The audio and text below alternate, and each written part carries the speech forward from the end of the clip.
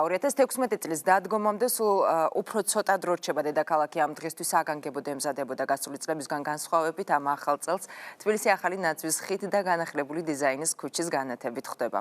განსხვავებული იქნება ახალი წლის მთავარი გალა კონცერტის პროგრამაც, რომელიც თავისუფლების მოედანზე სულ მალე დაიწყება.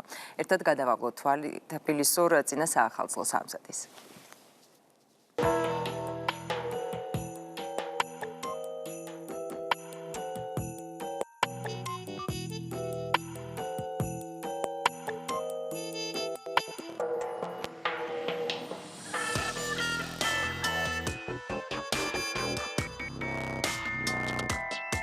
ახალი წელი. დღესასწაული, რომელსაც ყველა განსაკუთრებული მოლოდინით ხვდება და რომლისთვისაც ასევე განსაკუთრებულად ემზადებიან.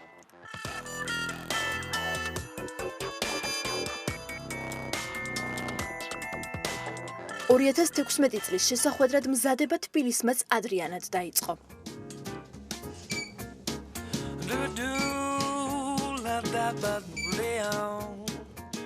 ახალი წლის მოახლოების მანიშნებლად პარლამენტის წინ ახალი ნაძვის ხე გამოჩნდა. სხვადასხვა ფერის ბურთებით, ბაფთებითა და ილუმინაციებით მორთულმა რუსთაველის გამზირს განსხვავებული ელფერი შესძინა. რამდენიმე დღეში კი დაიწყო ათვლა და დედაქალაქის მთავარი ნაძვის ხის ანთება მოსახლეობამ საზეიმოდ აღნიშნა.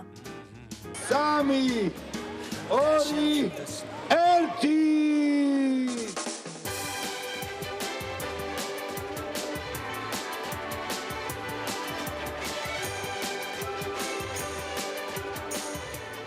შემდეგი იყო თავისუფლების მოედანი და განათებული ქუჩები.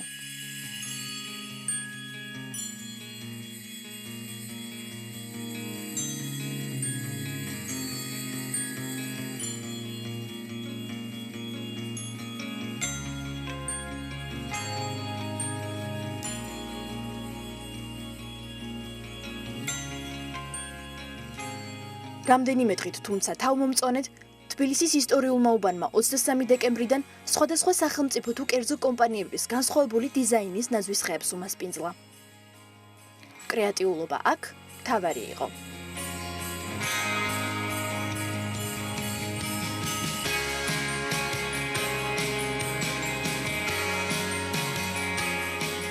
ადგილი, სადაც საახალწლო განწყობა ბავშვებშიც და უფროსებშიც განსაკუთრებულად შეიმჩნეოდა, ვარდების მოედანი იყო, რომელიც საახალწლო ქალაქად გადაიქცა. საახალწლო ქალაქის კარი მოქალაქეებისთვის 25 დეკემბრიდან გაიღო. ბავშვების განწყობაზე აქ ზღაპრის გმირები ზრუნავენ. ჯადოსნური ქალაქი სპორტული და შემეცნებითი აქტივობებითაც დაიტვირთა.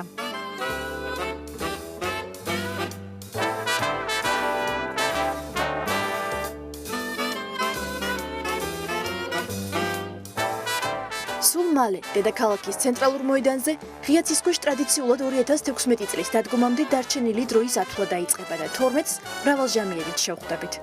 საგანგებოდ მოწყობილ სცენაზე გამართული გალა კონცერტით ჯადოსნური ატმოსფეროს შექმნას საოპერო და ესტრადის მომღერლები მოცეკვავეებთან ერთად შეეცდებიან. კონცერტამდე კი მოქალაქეები განწყობის შექმნას თავად ცდილობენ.